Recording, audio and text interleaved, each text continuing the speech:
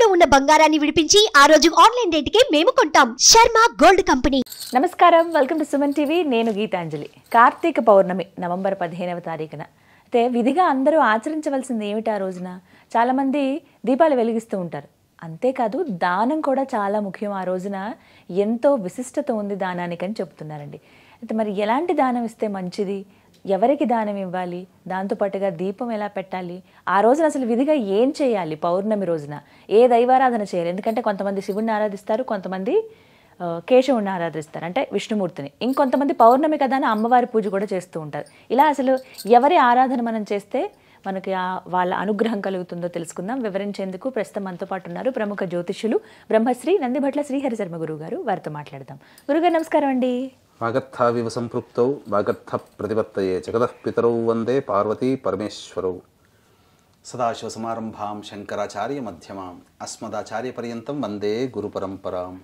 ఆదిత్యాయ చ సోమాయ మంగళాయ బుధాయ చ గురుశుక్ర శనిభ్యశ్చ రాహవే కేతవే నమః. శృంగేరి జగద్గురు పీఠాధిపతులకి, కంచి పీఠాధిపతులకి నమస్కారములు తెలియజేసుకుంటూ కార్యక్రమాన్ని ప్రారంభిద్దాం. కార్తీక పౌర్ణమి అందరికి ఇష్టమైనటువంటి రోజు గురువుగారు. చిన్న పిల్లల దగ్గర నుంచి పెద్దవాళ్ళ వరకు నేను ఉపవాసం ఉన్నాను అని చెప్తారు చాలా చక్కగా. అది భలే ముచ్చటేస్తుంది. ఆ రోజు దీపాలు వెలిగించడం ఇక్కడ వరకు ఓకే, కానీ మీరు ఒక సందర్భంలో అన్నారు ఆ రోజు దానం ఇవ్వటం చాలా ముఖ్యము, మంచిది కూడా అని. అసలు ఆ రోజు విశిష్టత ఏంటో చెప్పండి. ఆ రోజు విధిగా మేము ఏం చేయాలో కూడా చెప్పండి గురువుగారు. కార్తీక పౌర్ణమి అంటే కృత్తికా నక్షత్రము ఉండేటువంటి రోజున ఇది కౌముది వారము, కౌముది మాసము అని కూడా అంటారు. అంటే సుబ్రహ్మణ్య స్వామిని ఆరాధన చేస్తారు ఎక్కువగా. జ్ఞానప్రదాయని, దీపం అంటేనే జ్ఞానప్రదాయని కదమ్మా. కాబట్టి ఈ కార్తీక మాసంలోనే దీపాలు. దీపం అంటే జ్ఞానాన్ని సూచించేది దీపం. మరి జ్ఞానకారకుడు మనకున్న దేవతలు ఎవరై అంటే సుబ్రహ్మణ్య స్వామి. కాబట్టి ఈ సుబ్రహ్మణ్య మాసం కూడా చెప్పబడి ఉంటుంది. కాబట్టి సుబ్రహ్మణ్య స్వామికి విశేషంగా పూజలు చేస్తారు. అసలు పౌర్ణమి అంటే మీరు అన్నట్టుగా అమ్మవారిని ఆరాధన చేస్తారు. ఎందుకు అనంటే ఈ కార్తీక పౌర్ణమికి ఎందుకు అంతటి విశిష్టత అనంటే, ఈ కార్తీక పౌర్ణమిలో మనము ఈ తెలుగు రాష్ట్రాలు కానీ, కన్నడ కొంత ప్రాంతాలు, మహారాష్ట్ర కొన్ని ప్రాంతాలలో చంద్రుడి యొక్క గమనాన్ని అనుసరించి తిథి ముహూర్తాలు అనేటువంటివి ఉంటాయి. అందుకనే స్వస్తి శ్రీ చాంద్రమాన అని అంటుంటారు. అంటే చంద్రుడు సంపూర్ణంగా మనకు 15 కళలు, అమ్మవారిలో ఒక కళ, మొత్తం కలిసి ఈ అమ్మవారి పూజ చేసేటప్పుడు షోడశ కళలు అనేటువంటివి ఏర్పడతాయి. తద్వారా మన కోరిక, మన మనస్సు బలంగా ఉండే రోజు పౌర్ణమి రోజున. కాబట్టి ఆ పౌర్ణమి రోజున విశేషంగా ఉపవాసాలు కానీ, హోమాది కార్యక్రమాలు కానీ, అమ్మవారి ఆరాధన చేస్తారు. మరీ ముఖ్యంగా ఈ కార్తీక పౌర్ణమి రోజున. కార్తీక పౌర్ణమి రోజున ప్రధానంగా మనకి ఏంటనంటే ఈ ఈశ్వరుడు త్రిపురాసురులని సంహరించినటువంటి సమయం ఈ కార్తీక పౌర్ణమి రోజున. అంటే ఈ త్రిపురాసురుని సంహరించే క్రమంలో భీకరమైన యుద్ధం జరిగి సమస్త సృష్టి కూడా నాశనమైంది. ఈ సమస్త సృష్టిని సంహారకుడు ఈశ్వరుడు కాబట్టి సృష్టి అంతా నాశనమైనటువంటి సందర్భంలో ఆ త్రిపురాసురుని సంహరించిన తర్వాత తిరిగి పునఃసృష్టి అనేటువంటిది త్రిపురాంతక క్షేత్రం నుంచే ప్రారంభించాడు. అక్కడి నుంచండి. త్రిపురాంతకం అంటే ఎక్కడండి? త్రిపురాంతకం అంటే మనకు మాచర్ల దగ్గర వస్తుంది, ఈ మార్కాపురం దగ్గర వస్తుంది. చాలా రాక్షసులు నిర్మించినటువంటి ఏకైక దేవాలయం ఇది. అందుకనే ప్రతి దేవాలయంకి వెళ్ళిన తర్వాత ప్రతి ఎంట్రన్స్ నైరుతి దిక్కు నుంచే రావాలి. ఈ అలా నైరుతిలోంచి వెళుకుంటూ అనేక ద్వారాలు దాటి గర్భగుడిలోకి ప్రవేశం చేసిన తర్వాత స్వామిని దర్శించుకోగానే మనకు అలౌకికమైనటువంటి ఆనందం కలుగుతుంది. పానపట్టము చాలా సుందరంగా ఉంటుంది. అక్కడ స్వామి వారి దగ్గర మనకు తీర్థము ప్రసాదంగా ఇస్తారు.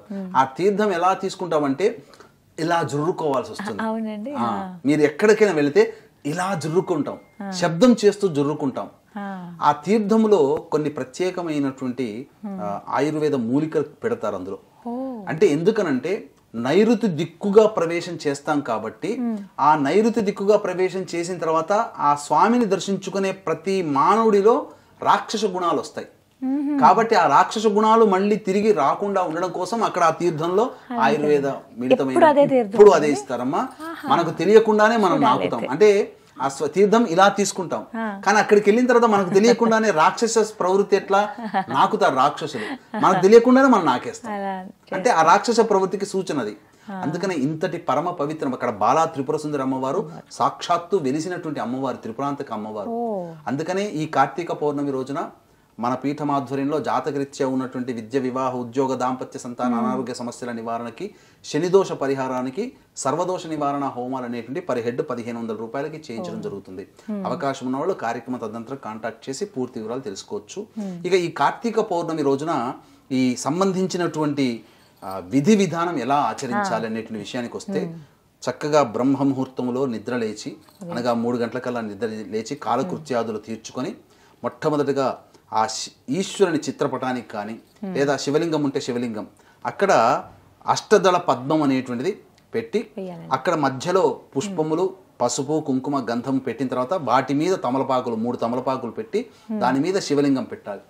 పెట్టిన తర్వాత అప్పుడు ఆ శివునికి అభిషేకం చేసుకోవాలి, శివాయ నమః అనుకుంటూ.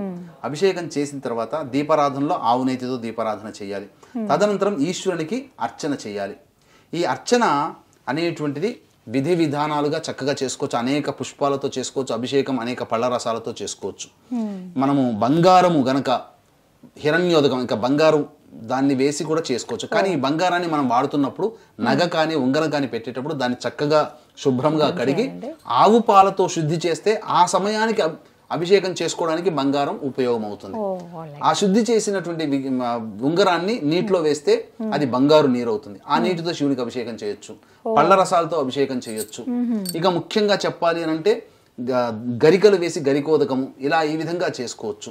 ముఖ్యంగా ఎవరైతే వివాహం కాకుండా అమ్మాయిలు అబ్బాయిలు ఇబ్బంది పడుతున్నారో అప్పుడు ఈ మనకు నవబోధ్ అని కొన్ని ప్రాంతాల్లో మిశ్రి అని, అలాగే పటిక బెల్లం అని అంటుంటారు. అనగా చక్కెర రాకముందున్న పరిస్థితి, దాన్ని బాగా నల్లగొట్టి పిండి చేసి ఆ కొద్ది పిండిని నీటిలో వేసి ఆ నీటితో ఈశ్వరునికి అభిషేకం చేసి గన్నేరు పుష్పాలతో కనుక అర్చన చేస్తే అతి శీఘ్రంగా వివాహం జరుగుతుంది. వాళ్ళకి వివాహ సమస్యలు, దాంపత్య సమస్యలు తొలగిపోతాయి.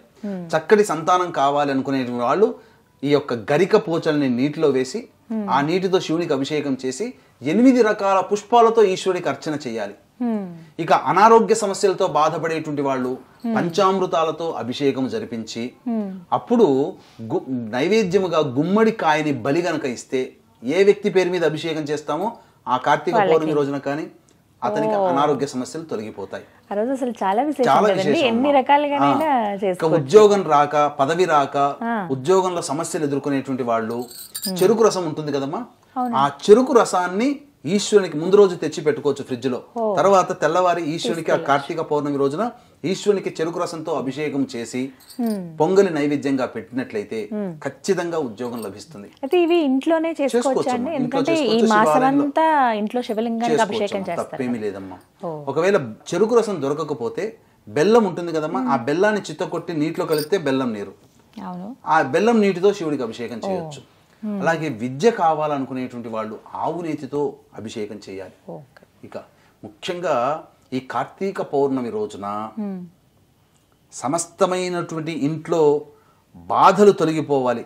మనకు ఏంటనంటే ఈ ప్రయోగ బాధలు అంటారు కదమ్మా, ఈ ప్రయోగ బాధలు తొలగిపోవాలంటే అన్నము తేనె కలిపి శివలింగాకారముగా చేసి ఆ శివుడికి అభిషేకం చేసి ఆ తర్వాత దాన్ని నదిలో గనక కలిపేస్తే ఇక ప్రయోగ బాధలన్నీ, ఇంట్లో ఉన్న నరదృష్టి బాధలన్నీ కూడా తొలగిపోతాయి. ఎంత పరిమాణంలో చేస్తారు? ఇంత చిన్న పరిమాణంలో చేసుకోవచ్చు. అన్నము తేనెతో కలిపినటువంటి శివలింగాన్ని తయారు చేసి గనక చేసినటువంటి మానవుడికి అసలు ప్రయోగ బాధలు తొలగిపోతాయి. ఈ విధంగా చేయొచ్చు. తర్వాత ఇక అనేక విధాలుగా ఈ స్వామిని ఆ రోజున అభిషేకం చేసిన తర్వాత సంధ్యా సమయంలో మళ్ళీ ఉపవాసం ఉంటే, శక్తి ఉంటే ఉపవాసం ఉండాలి. లేదు భోజనం చేస్తామంటే భోజనం చేయవచ్చు. సరిగ్గా మళ్ళీ 5 గంటలకల్లా మళ్ళీ ఉపవాసానికి స్నానం చేయడానికి మధ్య, అనగా భోజనానికి స్నానానికి మధ్య 3 గంటల వ్యవధి ఉండాలి. 5 గంటలకల్లా అనగా 1 గంటకల్లా భోజనం చేసే అలవాటుని చేసేయండి. 5 గంటలకల్లా మళ్ళీ కాలకృత్యాదులు తీర్చుకొని మళ్ళీ 6 గంటల 4 నిమిషాలకి సూర్యాస్తమయం అవుతుంది. 2 ముహూర్త కాలం అంటే 48 నిమిషాలు. కాబట్టి 6 గంటల 4 నుంచి 48 నిమిషాలు అంటే 6 గంటల 52 నిమిషాల మధ్య కాలంలో శివాలయానికి చేరుకొని ఆ శివాలయంలో అర్చన జరిపించుకొని అక్కడ దీప ఆరాధన చేయాలి. చాలా మందికి ప్రేక్షకులకి తెలిసేటువంటిది ఏంటంటే 365 ఒత్తులను వెలిగిస్తారు.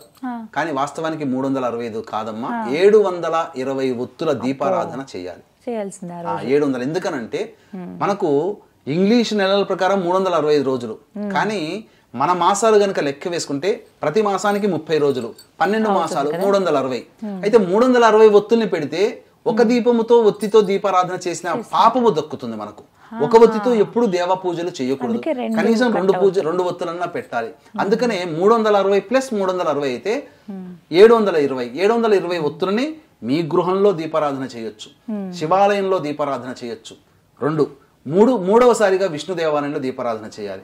ఇక్కడ చాలా మందికి వచ్చేటువంటి సందేహం ఏంటంటే కుటుంబ సభ్యులకి అందరికి కలిపి ఒకటి చేస్తే సరిపోతుందనంటే ఎవరికి వ్యక్తిగతంగా వాళ్ళమ్మ. కాబట్టి కుటుంబ సభ్యులను 3 ఉన్నారనుకోండి, 3 పేరు మీద 720 తలా 720 ఒత్తుల్ని దీపారాధన చేయొచ్చు. ఈ విధంగా చేసినట్లయితే తప్పకుండా ఆ దీపారాధన ఫలితం దక్కుతుంది. ఖచ్చితంగా దీపారాధన చేయాలి. ఇక తరువాత ఈ వీక్షించేటువంటి ప్రేక్షకుల్లో అందరూ కూడా దీపారాధన చేస్తారు కదా దేవాలయంలో. ఆ దీపారాధన చేసేటప్పుడు ఒక శ్లోకం ఉంటుంది. ఆ శ్లోకాన్ని చదువుతూ దీపారాధన చేస్తే అనంతమైనటువంటి పుణ్య ఫలితం.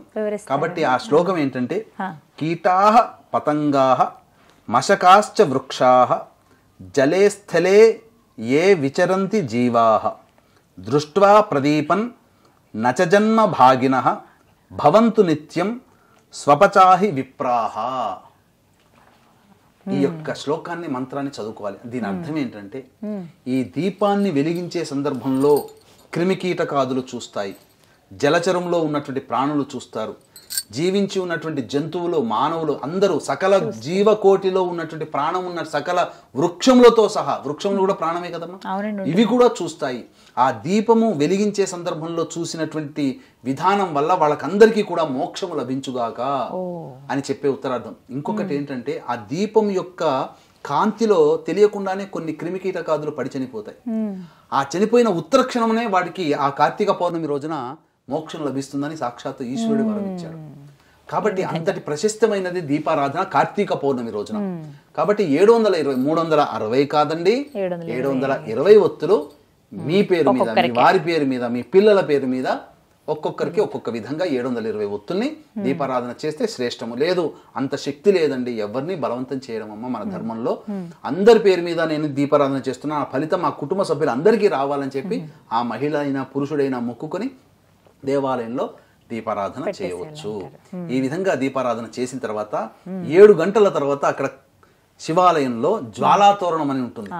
ఆ జ్వాలాతోరణం గుండా ముమ్మార్లు వెళ్ళినట్లయితే వాళ్ళకి వచ్చే సంవత్సరం వరకు అపమృత్యు భయ దోషాలు ఉండవు, కార్తీక మాసం వరకు. కాబట్టి ముమ్మార్లు సాక్షాత్తు పార్వతీ అమ్మవారే పరమేశ్వరుని యొక్క మృత్యుంజయత్వం కోసం ఆ విధంగా అమ్మవారు చేసింది. మనం ఆ విధంగా అప్పటి నుంచి ఆచారంలోకి వచ్చింది. ఆ విధంగా మనం కూడా చేసి ఆ విధంగా చేయవచ్చు. వీలుంటే జాగారం చేసి శివనామస్మరణ చేసుకుంటూ కార్తీక పౌర్ణమి. ఇక కార్తీక పౌర్ణమిలో ఒక వెండి పళ్ళెములో కానీ, అంటే రాత్రి 10 గంటల 8 నిమిషాల తర్వాత కృత్తికా నక్షత్రం వచ్చేస్తుంది. ఆ రోజున 15వ తారీఖు రోజున, ఆ రోజున వెండి పళ్ళెము కానీ తీసుకోండి, లేదా వెండి గ్లాస్ అయినా తీసుకోండి. ఇవి లేకపోతే మామూలు గ్లాస్ అయినా పర్వాలేదు, ఏది కంచు అయినా పర్వాలేదు. తీసుకొని గోరువెచ్చటి పాలన్నీ ఆ పళ్ళెంలో కానీ గ్లాసులో కానీ వేసి 11 గంటల 42 నిమిషాల నుంచి 12 గంటల 30 నిమిషాల మధ్యకాలంలో ఆ యొక్క గ్లాసులో కానీ వెండి పళ్ళెంలో కానీ ఉన్నటువంటి ఆ చంద్రబింబాన్ని చూస్తూ ఓం సోమాయ నమః, ఓం సోమాయ నమః, ఓం సోమాయ నమః అనుకుంటూ ఆ యొక్క నామాన్ని జపం చేసుకుంటూ ఆ చంద్రబింబాన్ని ఆ పళ్ళెంలో గ్లాసులో గనక చూస్తున్నట్లయితే ఆ కిరణములు, అమృత కిరణములు కార్తీక పౌర్ణమి రోజున భూమిలోకి తాకుతాయి. ఆ అమృత కిరణాలని ఈ వెండి ఆకర్షిస్తుంది. ఆవు పాలు స్వచ్ఛమైనవి అవి ఆకర్షిస్తాయి. ఆకర్షించినప్పుడు ఆ 12:30 తర్వాత ఆ పాలని ఎవరైతే తీసుకుంటారో అమృతంతో సమానం. శరీరంలో ఉన్నటువంటి మానసిక రోగాలు తొలగిపోతాయి. మనకు తెలియకుండా అంతర్గతంగా అవయవాల్లో ఏవైనా ఇబ్బందులున్నా, లోపాలున్నా అవి కూడా సమసిపోతాయి శివానుగ్రహం వల్ల. ఆ విధంగా చేయండి. ఈ విధంగా చేసి 12:30 వరకు తర్వాత నిద్రకు ఉపక్రమిస్తే కనీసం మధ్యరాత్రి వరకు జాగారం చేసినటువంటి పుణ్య ఫలితము మన ఖాతాలో పడుతుంది. ఉపవాసం ఉంటారండి చాలా మంది, తీసుకోవచ్చు. ఈ విధంగా పాలు పండ్లు ఆ రోజంతా తీసుకోవచ్చు. ఈ విధంగా ఆ విధంగా ఆచరించండి. అలాగే త్రిపురాంతక క్షేత్రంలో త్రిపురాంతకేశ్వరుడు కార్తీక పౌర్ణమి రోజున త్రిపురాసును సంహరించారు. ఆ రోజున మా పీఠం ఆధ్వర్యంలో సర్వదోష నివారణ హోమాలు జరుగుతున్నాయి. అవకాశం ఉన్న వాళ్ళు ఈ యొక్క కార్యక్రమంలో మీ గోత్రనామాదులు నమోదు చేసుకోవచ్చు. చాలా చక్కగా వివరించారు గురువుగారు. కార్తీక పౌర్ణమికి అసలు ఎలా విధిగా చేయవలసింది ఏమిటి, దీపాలు ఎలా వెలిగించాలి, ఆ రోజు యొక్క విశిష్టత చాలా చక్కగా వివరించారండి. ధన్యవాదాలు. సర్వం శ్రీ ఉమామహేశ్వర పరబ్రహ్మార్పణమస్తు.